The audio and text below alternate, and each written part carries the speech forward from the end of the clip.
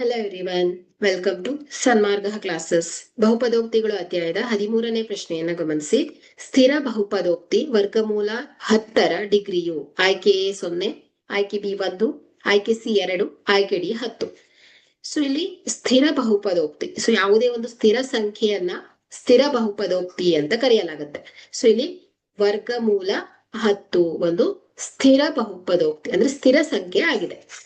So ಇಲ್ಲಿ ವರ್ಗಮೂಲ 10ನ್ನ ನಾವು ಯಾವುದೇ ಚರಾಕ್ಷರದ ಉದಾಹರಣೆಗೆ ಎಕ್ಸ್ ಅಂತ ತಗೊಂಡ್ರೆ ಘಾತ 0 ಆಗಿ ಹೇಗ್ ಬರಿಬಹುದು? ವರ್ಗಮೂಲ 10 into x raise to 0. So x raise to 0 ಅಂದ್ರೆ ಏನ್ ಹೇಳಿ?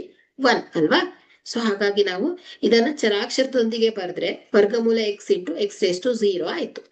ಸೊ ಇಲ್ಲಿ ಸ್ಥಿರ ಬಹುಪದೋಕ್ತಿ ವರ್ಗಮೂಲ 10ರ ಡಿಗ್ರಿ ಏನಾಗುತ್ತೆ ಹೇಳಿ? ಇಲ್ಲಿ ಎಕ್ಸ್ ದ ಘಾತ ಈ ಒಂದು ಸ್ಥಿರಾಂಕದ ಜೊತೆ ಬರೆದಾಗ ಎಕ್ಸ್ ನ ಘಾತ 0, 10ರ ಘಾತ ಏನಾಯ್ತು?